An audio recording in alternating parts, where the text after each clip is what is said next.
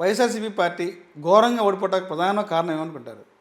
151 నుంచి 11 రావడానికి ప్రధానమైన కారణం ఏంటి? ఘోరాలు నేరాలు అంటే మంత్రులు మాట్లాడిన తీరులా, బూతులు మాట్లాడటం వలన, నేను అడుగుతా ఉన్నాను. అసెంబ్లీలో ఏదైతే ఉందో వైఎస్ఆర్సీపీ హౌస్ కమిటీలు వేస్తున్నారు. జగనన్న కాలనీలో దోపిడీ జరిగింది, భూసేకరణలో దోపిడీ జరిగింది, టిట్కో దాంట్లో దోపిడీ జరిగింది, అలా ప్రతి విషయంలో కూడా దోపిడీ జరిగింది. హౌస్ కమిటీలు కూడా వేస్తున్నారు. మీరు పెద్దాన్ని చెబుతా ఉన్నాను. నీరు మీరు దోపిడీ జరిగింది 2014-19 మధ్య.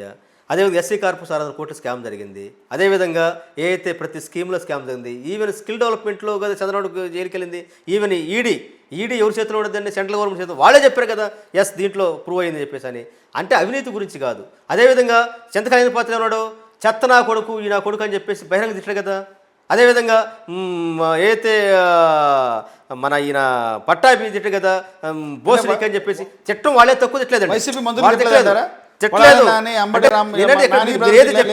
మీరు ఏది చెప్పారు తిట్లు అనేది కావచ్చు, లేదంటే వీళ్ళు అనేది అదే క్రెడిట్ ఓడించారు అనుకుంటే వాళ్ళు తిట్టారు కదా.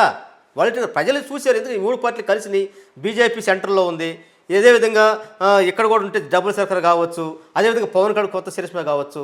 అందువల్ల ఏంటంటే ప్రజలు ఒక తీర్పు ఇచ్చారు, దాన్ని మనం స్వీకరించాల్సింది. నేను అడుగుతా ఉన్నాను, ఇదే కూటమి కదా 2014 కూడా వచ్చింది, ఇదే కూటమి ఉన్నప్పుడు, ఇదే కూటమి 2019లో వచ్చినప్పుడు తీర్పు ఇచ్చారు కదా. అందువల్ల ప్రజలు ఏంటంటే వాళ్ళు ఒక తీర్పు ఇస్తూ ఉన్నారు. అందువల్ల ఏంటంటే దాన్ని శివసావిద్దాం. అంటే ఇప్పటికైనా ఓటమికి ఎందుకు ఓడిపోయాము అనే పార్టీ ఏమన్నా పోస్ట్ మార్టం చేసుకుందా సార్? ఒకటండి, కారణాలు ఏంటి? డీబీటీ ద్వారా ఇన్ని లక్షల కోట్లు పంపిణీ చేసాము, ఇన్ని పథకాలు ఇచ్చాము, ఎందుకు ఓడిపోయాము అనేది ఇప్పటికైనా ఏమన్నా క్లారిటీ వచ్చింది మాత్రం ఓటమికి? లేదు, ఖచ్చితంగా ఎలక్షన్ తర్వాత ఓటమి తర్వాత కావచ్చు ప్రతి పార్టీ రివ్యూ చేసుకుంటా ఉంటుంది. అందులో మా గుర్తు ఉంటుంది. అందువల్ల ఏంటంటే మేము ఒకటి మాత్రం స్పష్టంగా చెబుతున్నాం, ఇన్ని అబద్ధాలు చెప్పిన, ఇన్ని కూటములు కలిసిన 40% ఓటు బ్యాంక్ ఉందని మర్చిపోవద్దు. అందువల్ల ఇప్పటికీ సింగిల్గా ఆంధ్రప్రదేశ్లో majority party YSR Congress party. ఆ భయం వాళ్ళకు ఉంది కాబట్టి, ఆ భయం వాళ్ళకి తెలుసు, వాళ్ళ బలమేందో తెలుసు, వాళ్ళ బలహీనత తెలుసు. వాళ్ళకి తెలుసు మనం ముగ్గురు కలకపోతే ఏకాకులమే. మన ముగ్గురితో పాటు పైన మోడీ గారు ఉన్నటువంటి మెకానిజం కావచ్చు, లేదంటే ఇంకేదో ఏదైతే ప్రజలు చెబుతుంది ఈవీఎంలు కావచ్చు, ఏదో కలిసింది కాబట్టి మనం బలం తప్ప ఇది వాపు తప్ప బలం కాదని వాళ్ళకి తెలుసు. కాబట్టి ఎస్ అతను మగోడు జనం ఉన్నారు కాబట్టి వాళ్ళు. అందువల్ల ఏంటంటే అవకాశం ఉన్న మేరకు ప్రభుత్వం పరిపాలన చేసి శాంతి భద్రత అమలు చేసి సంక్షేమం పక్కన పెట్టేసి ఏ కాడికి జగన్ మీదే జగన్ జపం తప్ప, జగన్ మనుషులు తప్ప, జగన్ మనుషుల్ని దెబ్బతీయటం తప్ప తెలుసు. ఎందుకంటే శత్రువు అనేటువంటి మనం అనుకున్న శత్రువు కాదు, బలమైన మనిషి అనేటువంటి భయం వాళ్ళకుంది కాబట్టి ఈరోజు ఒక అక్షపుత్ర రైకి చేస్తాం తప్ప. మేము 11 సీట్లు పక్కన పెట్టండి, మేము ప్రజల్లో బలంగా ఉన్నాం. అందుకే అధికారం కోల్పోయిన దగ్గర నుంచి ప్రతిసారి కూడా జగన్మోహన్ రెడ్డి బెంగళూరు వెళ్తున్నారు. ఎందుకు ఆంధ్రప్రదేశ్లో నివాసం ఉండట్లేదు? నేను అడుగుతా ఉన్నాను. వైసీపీ 2019 నుంచి 24 వరకు చంద్రబాబు హైదరాబాద్లో పోలేదా? కరోనా వచ్చి ప్రపంచంలో తలకిందులు అవుతా ఉంటే ప్రజలకు సర్వీస్ చేసింది భావించి 3 అడుగులు సమాన దూరంగా ఉంటే 300 కిలోమీటర్లు దాక్కున్నాడు చంద్రబాబు నాయుడు గారు. వాస్తవం కదా. రెండోది, ఇదే పవన్ కళ్యాణ్ గారు అధికారంలోకి రాకముందు 24 ముందు ఓన్లీ విజిటర్ గెస్ట్ లాగా షూటింగ్ లేని టైంలో ఆదివారం పూట మొత్తం చూపినట్టు దాఖలు లేవా? ఆయనకి ఇప్పుడు స్థిరనివాసం లేదు కదా ఆంధ్రప్రదేశ్లో, మొత్తం హైదరాబాదే కదా మొత్తం అతను నడిపేది.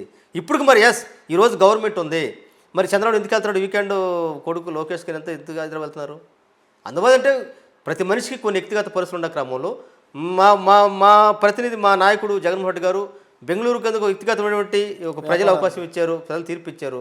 ఒక పక్క పార్టీ సర్వ్ చేసుకుంటూ ఇప్పటి వరకు 5 సంవత్సరాల్లో ఏదైతే వ్యాపారాలు మొత్తం మనం దాని మీద దృష్టి పెట్టాలి కూడా చేసుకుంటూ ఒకటి మాత్రం గుర్తుపెడతారు, బెంగళూరులో ఉన్నా, హైదరాబాద్లో ఉన్నా, ఆంధ్రప్రదేశ్లో ఉన్నా ప్రజాక్షేత్రం నుంచి మాత్రం జగన్మోహన్ రెడ్డి పారిపోడు. గుర్తుపెట్టుకోండి, ప్రజాక్షేత్రం నుంచి పారిపోడు, ప్రజల కోసం ఎంతో పోరాటం చేస్తూ ఉంటాడు. వైసీపీ పార్టీని నమ్ముకున్న కేడర్ని జగన్ వదిలేశారు, తీవ్ర అసంతృప్తిలో ఉన్నారు.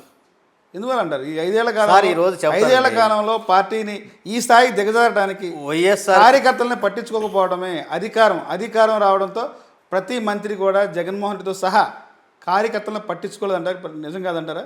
ఒకటండి, ఎవరికి దగ్గర కాబట్టి నిజం కాదంటారా? ఇక్కడ ఒకటి ఉందండి, తెలుగు పార్టీకి వైఎస్ఆర్ కాంగ్రెస్ పార్టీకి ఒక రాజకీయ సారూప్యతలో భేదం ఉంది. ఒకటేంటంటే ప్రభుత్వం అంటే ఇక్కడ ప్రజలకు అర్థం కాదు ఏంటంటే ప్రభుత్వం అంటే అయితే భారత రాజ్యాంగం ప్రకారంగా ప్రజలకి సర్వీస్ చేసేటట్టు తప్ప, ప్రజలకి మనం సేవలకు ఉండాలి తప్ప, ప్రభుత్వం అంటే ప్రజల సంక్షేమం పేరుతోటి దోసుకున్నటువంటి ఒక ఎఫన్ లాగా ఒక వ్యవస్థలాగా ఉండకూడదని కోరుకున్నాడు జగన్మోహన్ రెడ్డి గారు. చంద్రబాబు నాయుడు ఏం చేస్తాడు? ప్రభుత్వం అంటే Telugu Desam party cadre, Telugu Desam party కార్యకర్తలు బతకడం తప్ప ప్రజలు కాదు.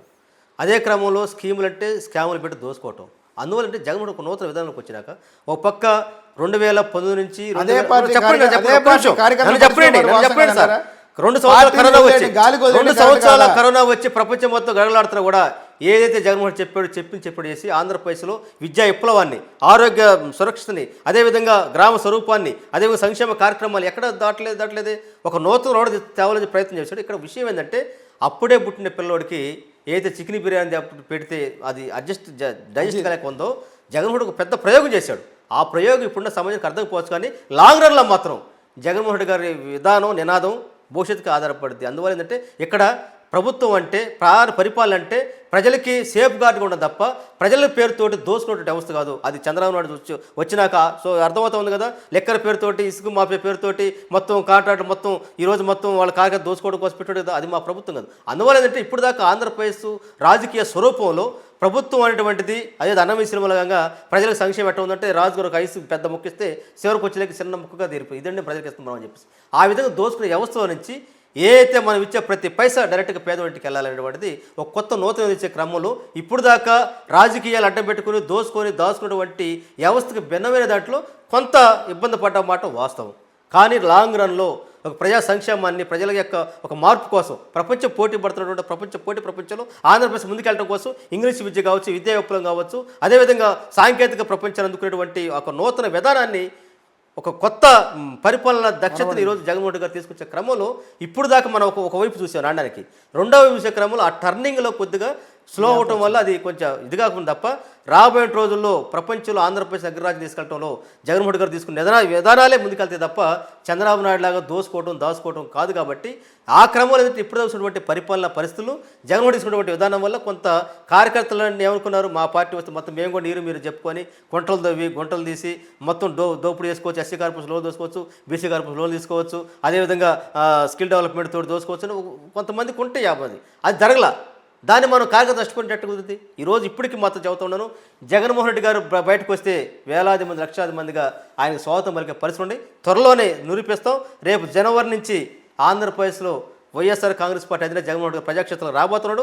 అప్పుడు వీళ్ళ యొక్క నాటకాలు, డ్రామాలు మొత్తం ప్రజలు గమనిస్తారు. సూపర్ 6 కాస్త డక్అవుట్ అయిపోయి వాళ్ళు ఓడిపోయే పరిస్థితి ఉంది. కాబట్టి ఖచ్చితంగా అయితే ప్రజలు ఇప్పుడు దాకా ఏదైతే ఆ ప్రభుత్వం నమ్మి మోసపోయిన ప్రభుత్వాన్ని బుద్ధి చెప్పే రోజు రాబోతా ఉంది. అదే క్రమంలో మరోసారి మనం పాలిచ్చే గేదెని తెచ్చుకోవాలి తప్ప పాలిచ్చే గేదెని పోగొట్టుకొని దున్నపోతీసి కట్టేసినట్టుగా ఈ విధానం మనకు వద్దని చెప్పేటువంటి బుద్ధి చెప్పే రోజులు రాబోతా ఉన్నాయి.